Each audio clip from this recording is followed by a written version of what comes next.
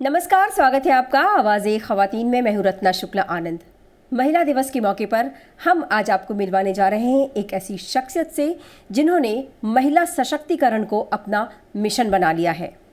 इनके परिवार की तीसरी पीढ़ी महिला सशक्तिकरण पर काम कर रही है और इस परिवार ने ये साबित कर दिया है कि जब घर में एक औरत पढ़ती है तो किस तरह से शिक्षा न केवल परिवार को बल्कि पूरे समाज को बदल देती है।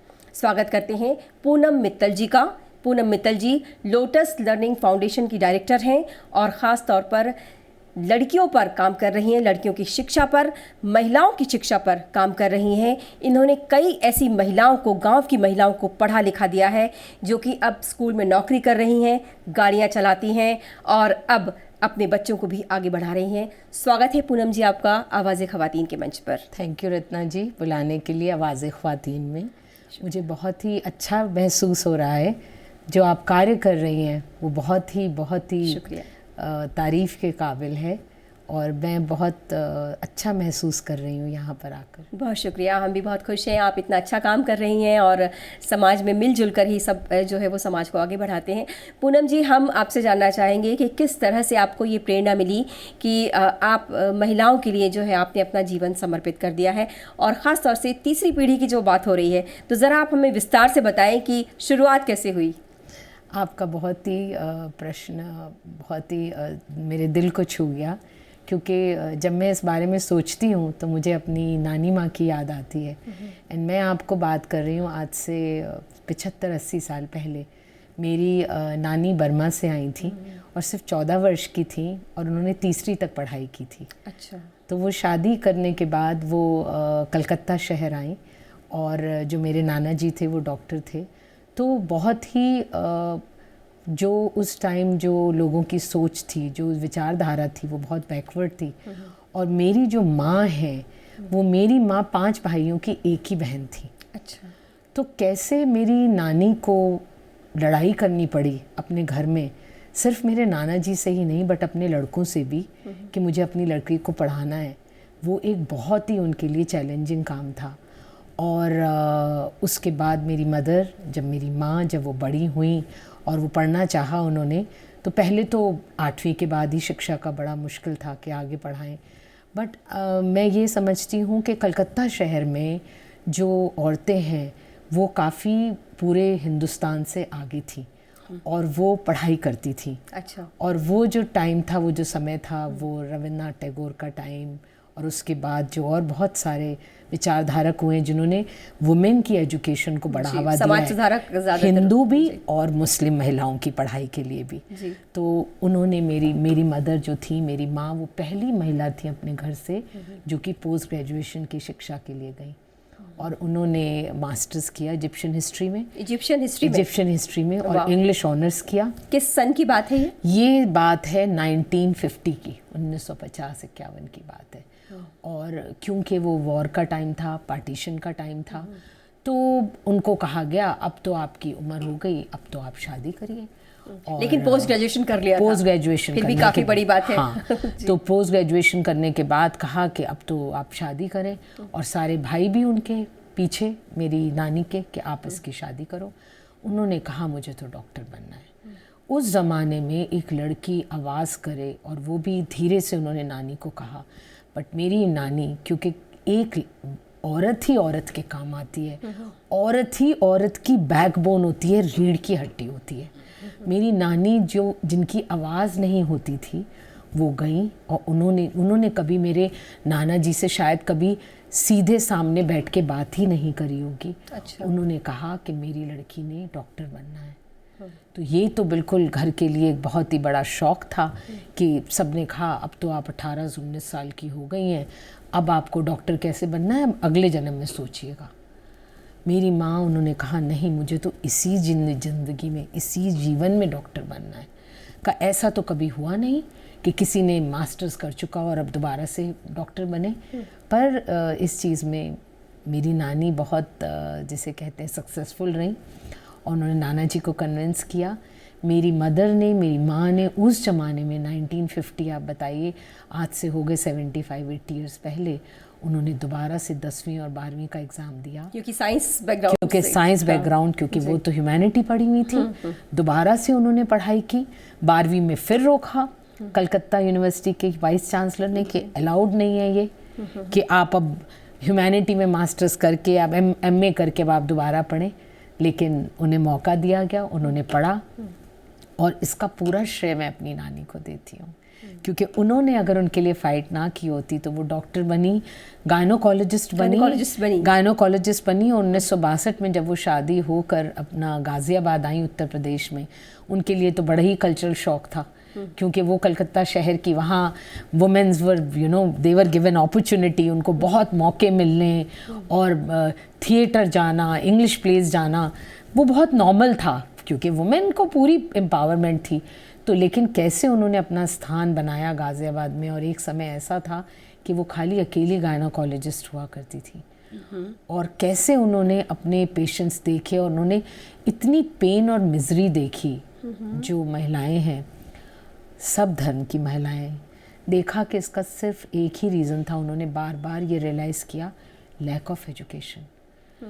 ना तो वुमेन को ये इजाज़त थी कि वो काम कर सकती हैं, ना उन्हें बच्चे कितने होने चाहिए इसकी इजाज़त थी, ना उनको ये था कि वो घर के किसी भी मामले में पार्टिसिपेट करें।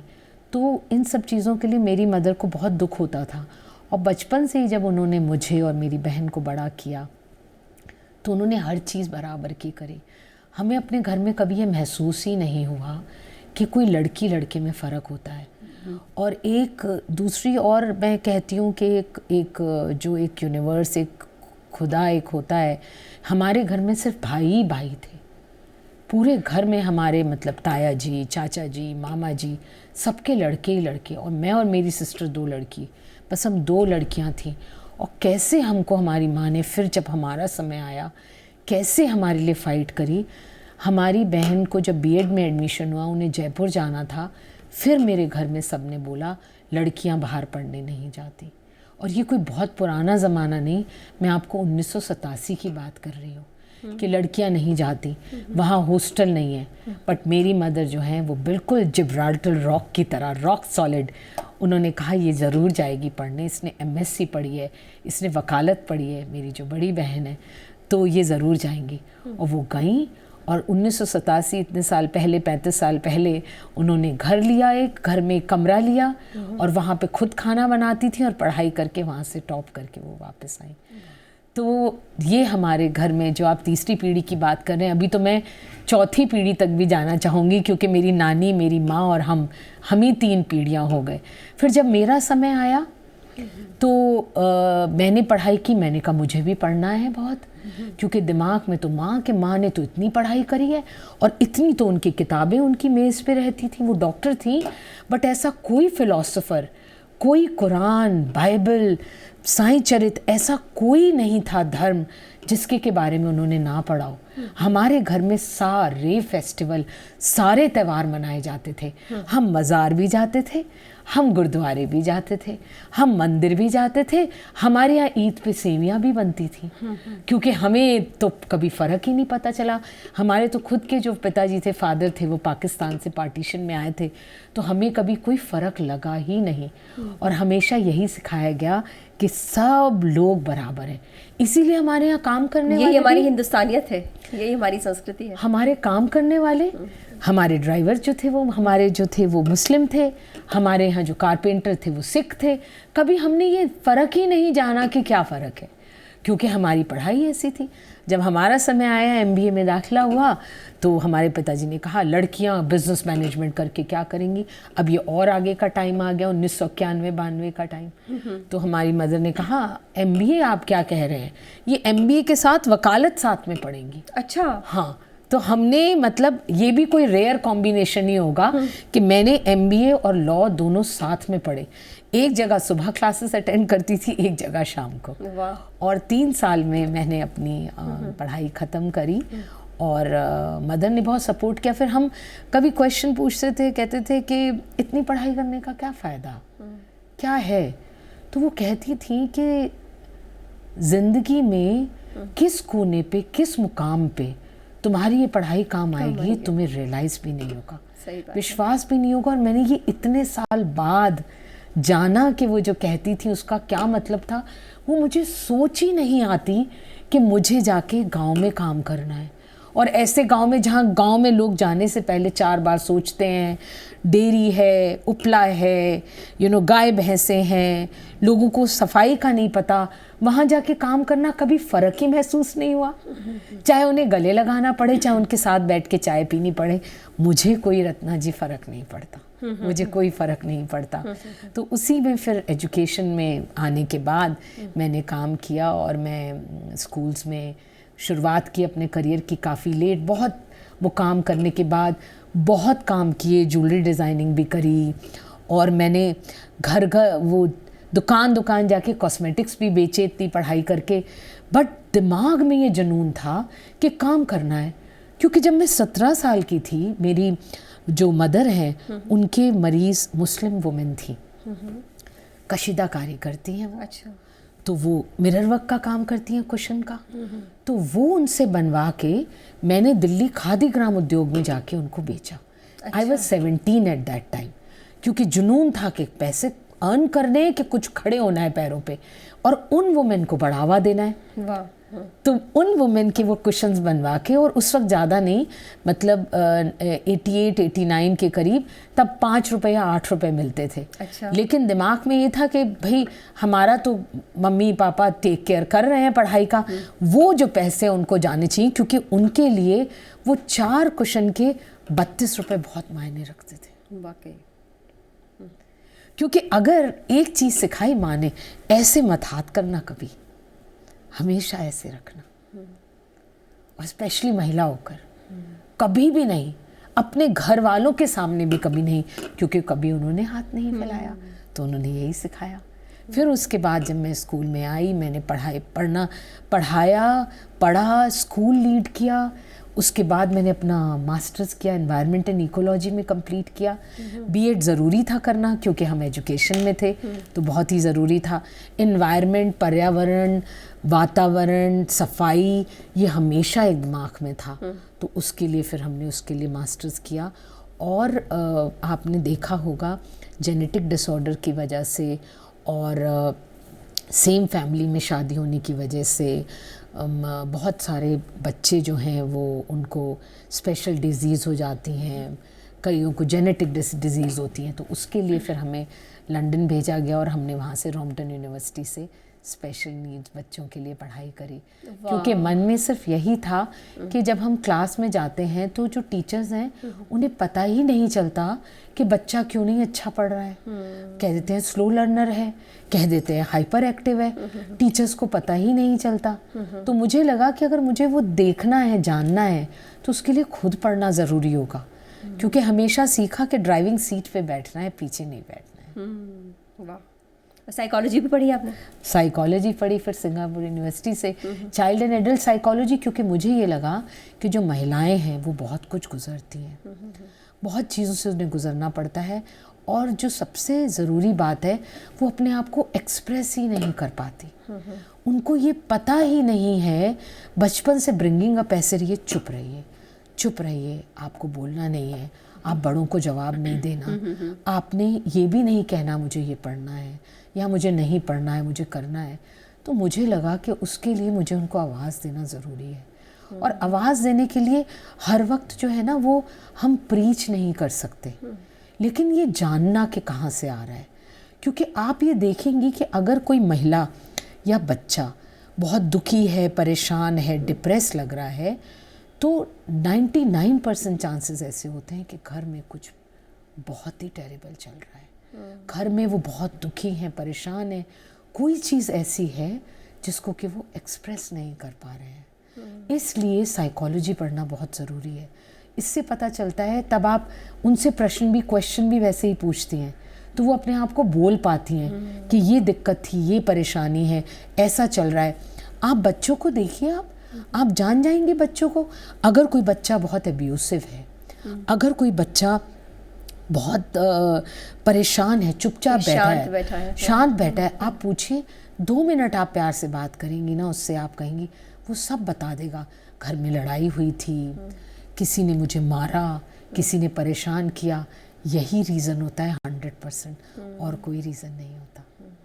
जी जी जी। पूनम जी, आपने मुझे लगता है कि कोई भी क्षेत्र जो है वो अछूता नहीं है, आपने लगभग हर क्षेत्र में जो है वो शिक्षा ग्रहण की है। अब आप इसका फ़ायदा कैसे उठाती हैं, किस तरह से समाज को ये वापस कर रही हैं, ये थोड़ा बताएं। किस तरह से आपने एक गर्ल चाइल्ड एजुकेशन पे काम करना शुरू किया, उन महिलाओं को आगे बढ़ा रही हैं जो कभी घर से नहीं निकली थी, या जो घूंघट से बाहर नहीं निकली थी, आज वो गाड़ियाँ चला रही हैं।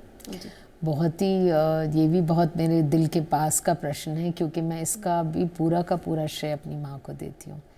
कल उनका 90वां जन्म दिवस था, और 2012 में वो बहुत बीमार हुई, 11 में, और उनका बचना मुश्किल था। उनके लंग्स बिल्कुल डैमेज हो चुके थे, क्योंकि उनको 2 बार कैंसर भी हो चुका था। तो फिर भी वो अपने पेशेंट्स देखती थी, मरीज देखती थी, इनकरेज करती थी। तो जब वो घर आई तो मैंने उनको पूछा कि आपकी कोई ख्वाहिश हो तो बताइए। तो उन्होंने कहा कि मेरी एक ही ख्वाहिश है कि तुमने गर्ल्स एजुकेशन और वुमेन एम्पावरमेंट के लिए काम करना है। अच्छा। ये मैं आपको 2012 की बात बता रही हूँ। तो मैंने हाँ तो कह दिया, पर दिल और दिमाग में लड़ाई चल रही थी कि कर पाऊँगी कि नहीं कर पाऊँगी। ये हाँ तो कर दिया, पूछ लिया उनसे क्या करना है, पर कैसे करूँगी। पर आपको पता है एक चीज़ है, जैसे कि एक वो नॉवल है ना एल्केमिस्ट, कि अगर आप कुछ सोचें ठान ले तो पूरी, और स्पेशली अगर खास करके दूसरों के लिए, पूरी कायनात आपको सबको सपोर्ट करती है। सही बात है। तो आई थिंक उस बात को, बात जब मैं पढ़ती थी तो मुझे समझ नहीं आता था, बट ये बिल्कुल सही साबित हुआ। 2016 में मैंने अपनी एक मित्र को, जो कि खुद बहुत पुराने गांव के बागपत की हैं वो, और उन्होंने बड़ा ही डिफ़िकल्ट समय देखा है, और वो बहुत बड़ी एक्सपोर्टर बनी बाद में। कैसे बागपत के गांव से निकल कर आकर दिल्ली में उन्होंने एक्सपोर्ट का काम शुरू किया, कपड़े दुनिया भर में भेजे बड़े बड़े ब्रांड्स को। वो आई थिंक रिटायर हो गई थी, और मैंने उनको कहा कि आइए चलिए इस गांव में चलते हैं। और हमने गाड़ी ली और हम गांव में चले गए, और वहाँ पे एक डेयरी थी, वहाँ पे बैठ गए पेड़ के नीचे। तो वहाँ पे एक बीबी और एक चाचा, जिनकी वो डेयरी थी, उनके बच्चे और उनकी एक बहू साथ में आके बैठ गई, इतना घूंघट लेके। तो मैंने उनसे पूछा कि हम स्कूल बना सकते हैं यहाँ क्या? देखने लगे मुझे, कहा मुझे आपसे कुछ चाहिए नहीं, आप यहाँ पे बस एक स्कूल बनाने दें। कहते हैं सोच के बताएंगे। और वो जो महिला बैठी थी साथ में, मैंने उनसे पूछा कि वो आप पढ़ना चाहती हैं? तो कहती हैं आप पढ़ाएंगी? मैंने कहा हाँ। बस वहाँ बात ख़त्म हो गई। उसके बाद जब मैं घर आई तो आप घर में समझ सकते हैं, मेरे पिताजी थे उस वक्त, कोई उनकी उम्र रही होगी 90 साल। तो उन्होंने कहा कि ये क्या आपको जुनून चढ़ा कि आपने गांव में जाके काम करना है। और यहाँ मैं रत्ना जी एक ख़ास बात बताना चाहती हूँ कि उस गांव में ख़ास करके मुस्लिम महिलाएं हैं। अच्छा। हाँ, तो ये पता था सबको कि वहाँ पे ज़्यादा उसमें संख्या में हैं। तो मैं वहाँ काम करना चाहती थी, क्योंकि मेरा मन था, ये माँ की भी इच्छा थी कि आपने मुस्लिम लड़कियों को पढ़ाई देनी है। सारी लड़कियों को उन्होंने कहा, बट स्पेशली मेरे दिल में ये था कि ज़रूर एजुकेशन देनी है इन लोगों को, क्योंकि कमी है वहाँ कमी है वहाँ पे। तो घर में बहुत मेरे को विद्रोह हुआ, सब ने मना किया, मेरे बच्चे भी नहीं माने, जो कि अब खुद ही जिन्होंने सीरियन रेफ्यूजीज़ के लिए और अफ़गानी रेफ्यूजीज़ के लिए काम किया है। अच्छा। इंटरनेशनल लेवल पे वसुदेव कुटुंबकम की बात जो हम करते हैं। बिल्कुल, हाँ। और मैं ये बात कहती हूँ interconnectedness of life, her life के साथ जुड़ी है। अगर आप ये कहें कि अफ़गानिस्तान में कुछ हो रहा है या सीरिया में कुछ हो रहा है, हम पे इसका कुछ असर नहीं पड़ेगा, ये गलत है। इसलिए हर इंसान को खुश रहना और एक आज़ादी का जीवन मिलना बहुत ज़रूरी है। और एक दूसरे की मदद करना और एक दूसरे को आगे बढ़ाना, यही सिखाया गया हमेशा हमें बचपन से। अच्छा इंसान पहले बनो, अच्छा इंसान पहले बनो। जब पूछा गया कि हमारा मकसद क्या है, सबको खुश करना है। अब बताइए, ये मकसद समझ ही नहीं आए कि सबको खुश रखना है और सबकी तुमने हेल्प करनी है। ये आपके पिताजी ने कहा? पिताजी ने मुझे कहा। अब जब मेरे बच्चे जब बड़े होना शुरू हुए, जब उन्होंने मुझसे पूछा कि क्या करना है, मैंने कहा अच्छा इंसान बनना है। आज भी पूछते हैं क्या करना है, मैं कहती हूँ अच्छा इंसान। कहते हैं अच्छा इंसान का क्या मतलब होता है? अच्छा इंसान उनको अब समझ में आया कि जो लोग समाज में दबे हैं, एजुकेटेड नहीं है, जिनकी आवाज़ नहीं है, उनके लिए काम करना है।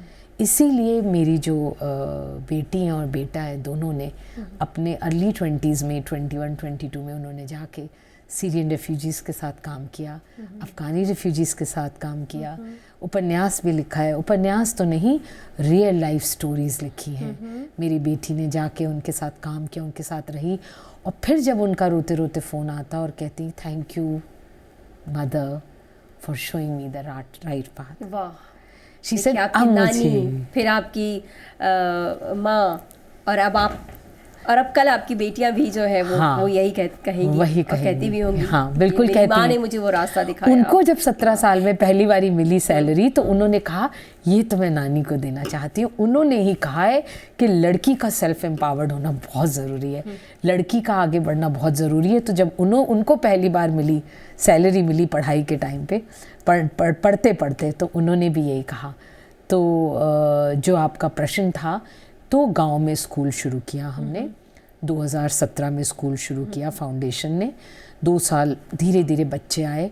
लोगों को विश्वास नहीं होता था, क्योंकि कोई रिलीजन नहीं पढ़ाया जाता, किसी धर्म के बारे में नहीं बताया जाता, सब बराबर हैं, सब इकट्ठे खाते हैं, इकट्ठे बातें करते हैं, पढ़ते हैं। और मेरा वहाँ पे डांस, म्यूज़िक, स्पोर्ट सब सिखाया जाता है। और बस खाली स्कूल का पर्पज़ है कि जब वो बच्चे बाहर जाके गिरे तो अपने आप खड़े हो सके। वाह। और खुश हो आने के लिए, जिसको कहते हैं चेयरफुल हो, बहुत चेयरफुल होते हैं, कंसिडरेट हो। अपने आसपास के बच्चों को मैं मारने, अब्यूज़ करने नहीं देती, बिल्कुल कायर रिस्पेक्ट करनी है। गुड मॉर्निंग, गुड आफ्टरनून जितनी बार आप मिलोगे कहना है, बार बार रिस्पेक्ट करनी है। और सबसे बड़ी बात, परसेवरेंस और पेशेंस सिखाना है। वो बहुत ही ज़रूरी है बच्चों को, नहीं तो आगे बच्चे पढ़ ही नहीं सकते।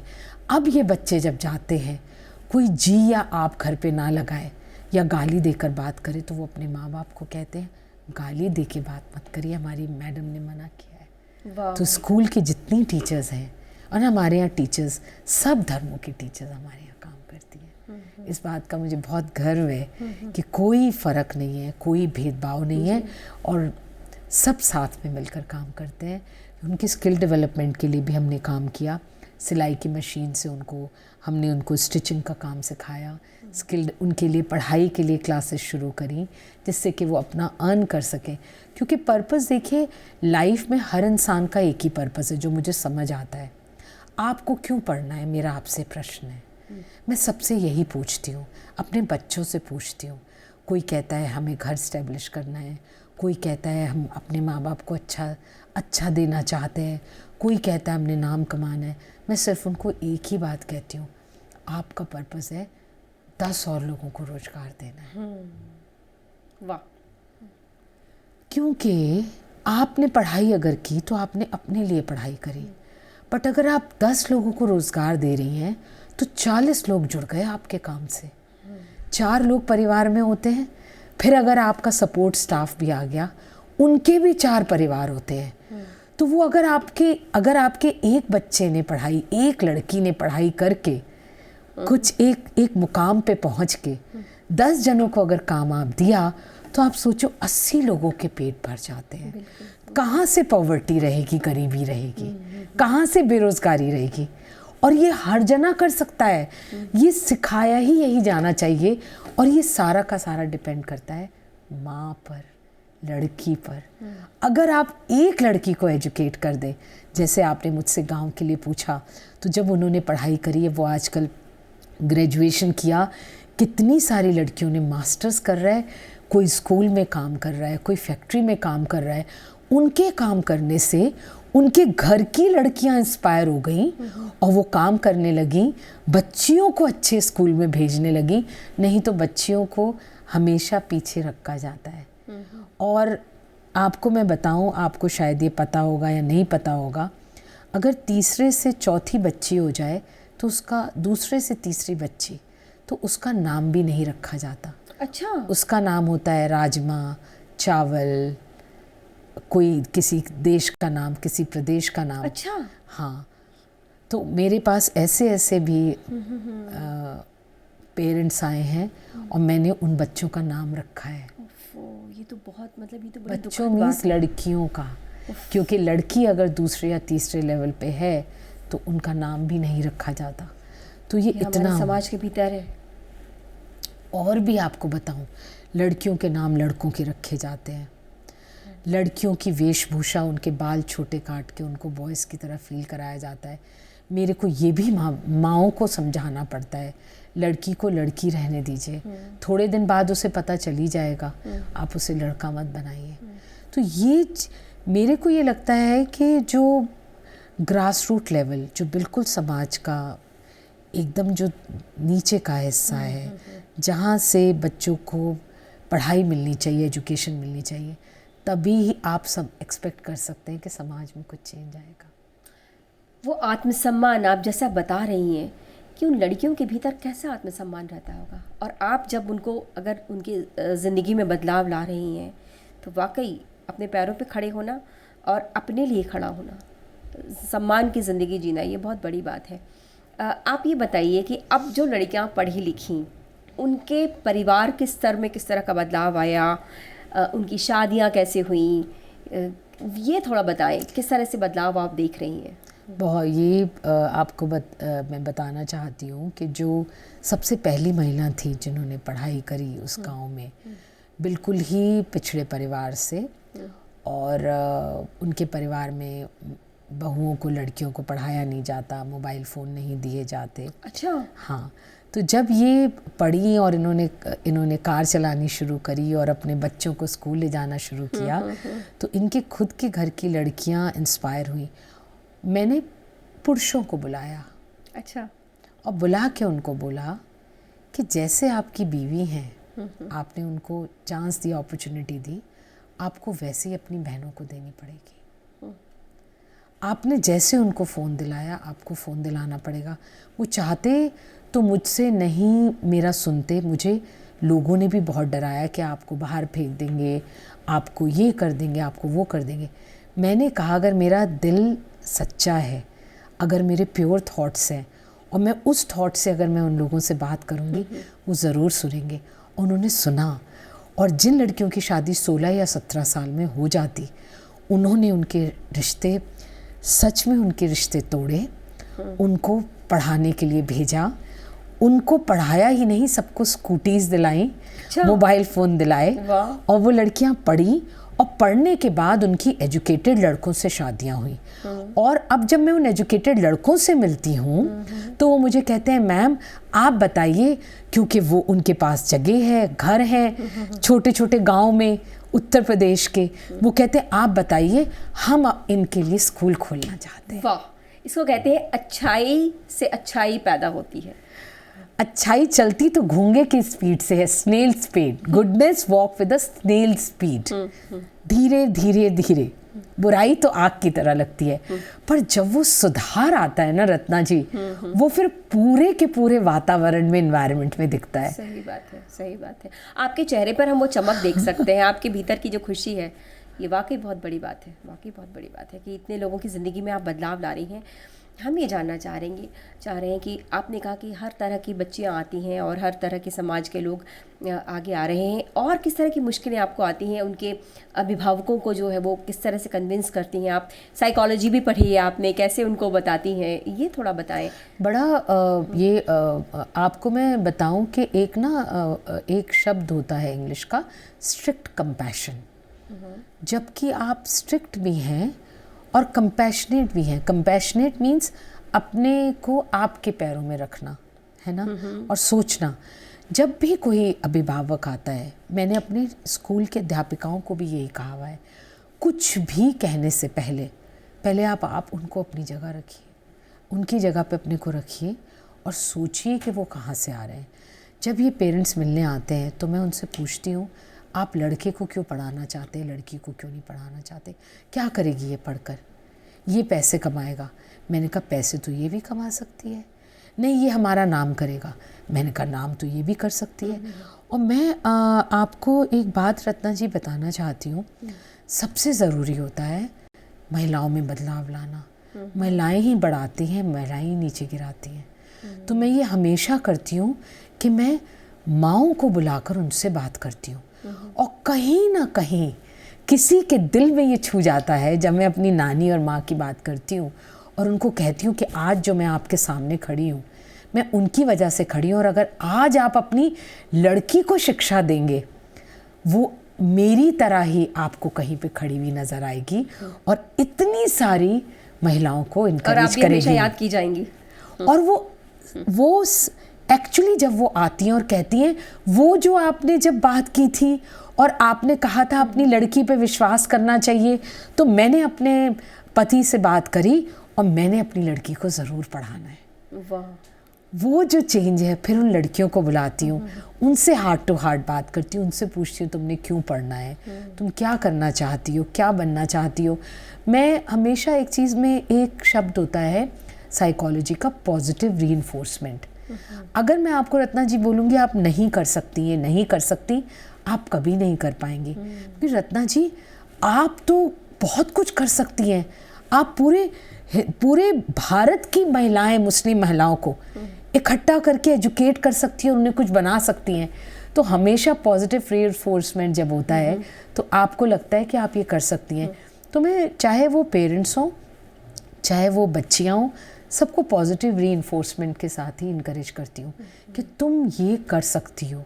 और जब वो एग्जाम्पल देखती हैं कि जो लड़कियाँ, जो महिलाएं पढ़ी और पढ़ के स्कूल में एडमिनिस्ट्रेटिव हेड बन गई हैं, कितना समय हुआ, 5 साल भी नहीं हुए, 2 साल तो कोविड की वजह से स्कूल बंद था, तो तब वो ये सोचती हैं कि अगर ये कर सकती हैं तो हम भी कर सकते हैं। वाह, ये चीज़ है। आगे 5 साल के लिए आप क्या सोचती हैं, किस तरह से, और वो कौन से क्षेत्र हैं जिनमें सबसे ज़्यादा ध्यान देने की ज़रूरत है, कैसे उन्हें कन्विंस करेंगी? ख़ास तौर से आप चूँकि पश्चिमी उत्तर प्रदेश में काम कर रही हैं, तो वहाँ पर भी चूँकि हम भी काफ़ी जाते हैं, आवाज़ ख़वातीन जो है वो अपनी तरफ से कोशिशें करती हैं, तो कैसे और क्या करने की ज़रूरत है? रत्ना जी, जो मुस्लिम परिवार है, उसमें लड़कियों की शिक्षा के लिए थोड़ा हमें ज़्यादा ज़ोर देना पड़ता है, क्योंकि वहाँ पर बच्चियों की पढ़ाई को बढ़ावा देना बहुत ज़रूरी है। तो उसमें भी मैं उनकी माँओं को मैंने बुला के उनके साथ अकेले में बात की और उनको समझाया कि आपकी बेटी के लिए भी पढ़ना कितना ज़रूरी है। तो अगले 5 साल, क्योंकि ये जो गांव है और या इसके आसपास के जितने गांव हैं, मेरा खाली एक ही मकसद है कि ज़्यादा से ज़्यादा लड़कियों को इस समाज की, इनको उत्साहित करूं पढ़ाई करने के लिए। क्योंकि पढ़ाई करने का मतलब सिर्फ ये नहीं है मेरा कि 8वीं 10वीं 12वीं करके ख़त्म कर दें। मैंने आपसे बात शुरू करी थी एम्प्लॉयमेंट की, ये इस काबिल हो सकें कि ये एम्प्लॉय कर सकें आगे। अगर ये इन सब बच्चों को अगर शुरू से ही मैं शिक्षा का मकसद ही यही है रीटा जी, रत्ना जी सॉरी, यही मकसद है कि हमने जो है ज़्यादा से ज़्यादा लोगों को हमने रोज़गार देना है। अगर आपने रोज़गार दिया, और वो तभी हो सकता है जब उनको शिक्षा दी जाए। वाह, ये तो बहुत अच्छा। आप जिस तरीके से पढ़ा रही हैं और ये भावना जो है विकसित करना, हमें लगता है ये बहुत ज़रूरी है। हमारी जो शिक्षण संस्थाएं हैं वहाँ भी इसी तरह की भावना के साथ ही पढ़ाना चाहिए कि वो अपने पैरों पर खड़े, न केवल अपने पैरों पर खड़े हों बल्कि बाकी लोगों को भी खड़ा करें। अब हम आपकी चौथी पीढ़ी के बारे में जानना चाहेंगे, क्योंकि हमने तो तीसरी पीढ़ी कहा था, लेकिन वाकई चौथी पीढ़ी है और काफ़ी कम उम्र में है बच्चे आपके, लेकिन काम कर रहे हैं। जैसे आपने कहा कि अंतर्राष्ट्रीय स्तर पर काम कर रहे हैं, कैसे उनके भीतर ये प्रेरणा आई और क्या कर रहे हैं? जो मेरी जो बेटी हैं वो बड़ी हैं, वो जर्नलिस्ट हैं नेशनल न्यूज़पेपर में। पर जब वो बहुत छोटी थी, कॉलेज पास आउट होकर आई, तो वो खुश नहीं थी। उनको बड़े से बड़े मल्टीनेशनल में उनको काम मिल रहा था, ऑस्ट्रेलिया से पढ़कर आई थी। और मैंने ये भी ध्यान दिया कि जब बेटे को भेजा कि बेटी को ज़रूर भेजना है, कल को पीछे मुड़ के वो ये ना कहे कि मैं बेटी थी, आपने मुझे कम पढ़ाया। तो वो पढ़ कर आई तो वो बहुत ही नाखुश थी। वो कह रही थी कि जो मैं ढूंढ रही हूँ, जो एक डेप्थ, एक जो गहराई होनी चाहिए काम में, वो नहीं है। ये बहुत सुपरफिशियल ऊपरी काम है ये। वो बार बार आकर दुखी होती थी वो। तो मैं उनको कहती थी कि आप अपने आप को जानो, आप क्या करना चाहती हैं, क्योंकि शुरू से वो पत्रकार नहीं थी जी। तो बार बार उनको मैंने कहा, तो उन्होंने पढ़ाई करी और वो स्पिरिचुअलिटी भी फॉलो करती हैं। तो उनको ये उन्होंने जो पॉडकास्ट करना शुरू किया ट्रैवल के ऊपर किया उन्होंने, वो फिर भी खुश नहीं थी।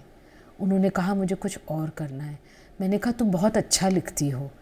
तो कहती है हर माँ को लगता है कि उसकी बेटी बहुत अच्छी है।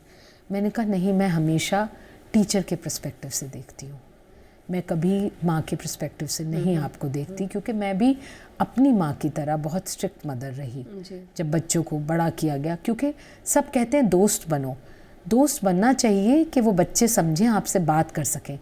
माँ होती है, वो दोस्त नहीं होती। तो एक वो जो डिसिप्लिन, एक अनुशासन है, वो बहुत ज़रूरी होता है। तो उन्होंने कहा अच्छा मैं लिखती हूँ। मैंने कहा हाँ। वो चली गई बाहर, और बाहर जाके वो रहीं, नीदरलैंड में रहीं। और तब वहाँ पे मेरा बेटा भी अफ़गानिस्तान और सीरियन रेफ्यूजीज़ के साथ काम कर रहा था। वो कैंप में भी रहा उनके साथ में। वो बांग्लादेश के गांव में भी जाके रहा, और वहाँ पे उन्होंने डीप गांव में जाके काम किया 21-22 साल की उम्र में। उन्होंने कहा कि दोनों ने ये कहा कि जब तक हम पेन और सफरिंग देखेंगे नहीं और उससे गुजरेंगे नहीं, तब तक हम दूसरों की पेन समझ नहीं पाएंगे। दूसरों का दुख जानने के लिए खुद के दुख से निकलना बहुत ज़रूरी है। तो जब वो गई वहाँ पर और उन्होंने सीरियन रेफ्यूजीज से मिली, जिनके पूरे परिवार ख़त्म हो चुके थे, लड़कियों ने अकेले अपने आप को कैसे बड़ा किया, पढ़ाई करी, बहुत मुश्किलों के साथ वो धीरे धीरे खड़ा होने लगी। किसी का दिमागी संतुलन बिगड़ गया, किसी को काम नहीं मिला। जब उन्होंने उनके साथ काम किया, उन्होंने अपनी किताब लिखी रिफ्यूजीज द चेन मेकर। 30 कहानियाँ हैं, वो रियल लाइफ स्टोरीज़ हैं। अच्छा। जो उन्होंने लिखी हैं, उन्होंने किताब। It is all about being courageous and brave at the time. चाहेंगे कि हम उनसे भी बात करें आवाज़े ख़वातीन के मंच पर। मुश्किल के टाइम पर कैसे खड़ा होते हैं। उस इंसिडेंट ने उनकी ज़िंदगी हमेशा के लिए बदल दी। उन्हें लगा कि हाँ मेरे को लिखना है, और पेन में इतनी ताकत है जो कि तलवार में नहीं है। और उन्होंने एक मुकाम रखा और कहा पढ़ना है। पढ़ाई करी और वो पढ़ने के लिए बाहर गई और बहुत दिल लगा के पढ़ा, बहुत अच्छे से पढ़ा, बहुत अच्छा काम किया। और national public radios of America में उन्होंने बहुत अच्छे पॉडकास्ट किए। अब वो वापस आके भारत में काम कर रही हैं, बट उनका जो दिल है वो यही है कि जो वुमेन और जो गर्ल्स हैं जो कि सप्रेस्ड हैं उनके बारे में लिखें। और ये आउट ऑफ कॉन्टेक्स्ट होगा, पर मैं डेफिनेटली शेयर करना चाहती हूँ। हमारे यहाँ पे कलर को लेके भी बहुत डिस्क्रिमिनेशन है, कलर ऑफ द स्किन, जिसकी की वजह से उनको खुद काफ़ी परेशानियों से गुजरना पड़ा बचपन में। अच्छा। जो उन्होंने मुझे अब बताया, अभी तक बताया ही नहीं। इसके ऊपर भी उन्होंने लिखा। यही रीज़न है कि एक बहुत पॉपुलर क्रीम जो है वो इंडिया में बैन हो चुकी है। तो डिस्क्रिमिनेशन, उसके बारे में जानना, स्पेशली लड़कियों को जो गुजरना पड़ता है कि कलर आपका गोरा है, काला है, इसके ऊपर तो काफ़ी ऐसे उन्होंने टॉपिक लिए जिस पे लिखा है। और मैं चाहती हूँ कि काम करें, क्योंकि एक चीज़ तो समझ आ गई कि अच्छा ह्यूमन बीइंग बनना और जो सप्रेस है उसको उठाना, कि आँख से आँख दिखा के बात कर सके। उठाने का मतलब रत्ना जी ये नहीं होता कि आपको वो ऐसे देखें, इसका मतलब होता है। जी, बहुत अच्छा लगा आपसे बात करके पूनम जी। और वाकई आपका परिवार एक मिसाल है कि जो न केवल अपने परिवार को, समाज को, बल्कि पूरी दुनिया के सशक्तिकरण के लिए काम कर रहा है। और अपने दर्शकों के लिए हम चाहेंगे पूनम जी आप एक संदेश दें उन महिलाओं को, उन लड़कियों को जो आगे बढ़ना चाहती हैं या जो अभी समाज के या परिवार के दबाव में हैं, उन सबको एक संदेश। देखिए, सबसे बड़ी ज़रूरी बात है कि एक घर की महिला को ही महिला को सपोर्ट करना पड़ेगा। एक माँ को अपनी बेटी पे विश्वास करना पड़ेगा और ये कहना ये मेरी बेटी जैसी है। जब बहू आती है, बहू को बहू रहने दीजिए, बेटी मत बनाइए, पर उसकी कोई अपॉर्चुनिटी, उसको आप उसका रास्ता मत रोकिए। क्योंकि ऐसा नहीं है कि अगर वो कुछ काम करेंगी या वो पढ़ाई करेंगी तो वो आपकी डिसरिस्पेक्ट करेंगी, वो और सम्मान देंगी कि हमारी माँ ने, हमारी सास ने हमारे को मौका दिया पढ़ने का, काम करने का, और वो हमेशा याद रखेंगी। और ये आप कहिए कि जो बच्चे हैं ना रत्ना जी, वो ना शब्द नहीं सुनते, वो एक्शन देखते हैं। सही बात है। मैं अगर अपनी मदर इन लॉ के साथ, अपनी सास के साथ या माँ के साथ बिहेव कैसा कर रही हूँ, व्यवहार कैसा कर रही हूँ, मेरी बेटी वो देखेगी। मैं कहूँगी अच्छा बिहेव करो अपने लड़के को, कहूँगी वो नहीं देखेगा, वो ये कहेगा कि माँ कैसा बिहेव कर रही है। बच्चे तो उसी को फॉलो करते हैं। तो जो संदेश है वो सिर्फ यही संदेश है मेरा, हर माँ को, हर सास को, हर लड़की को, हर बहू को बढ़ावा देना चाहिए पढ़ने के लिए और काम करने के लिए और अपने पैरों पे खड़े होने के लिए। वाह, बहुत ही अच्छा संदेश पूनम जी ने दिया है। और कहते हैं ना कि माँ जो होती है वो प्रथम गुरु होती है, तो ये वाकई सच है। माँ प्रथम गुरु होती है और हमेशा माँ ही होती है जो साथ होती है। महिलाएं ही महिलाओं को बढ़ा सकती हैं, तो क्यों ना हम सब महिलाएं मिलकर एक दूसरे का साथ दें और इस दुनिया को और बेहतर दुनिया बनाएं। आवाज़-ए-ख़वातीन में आज इतना ही। आपसे फिर मुलाकात होगी। नमस्कार।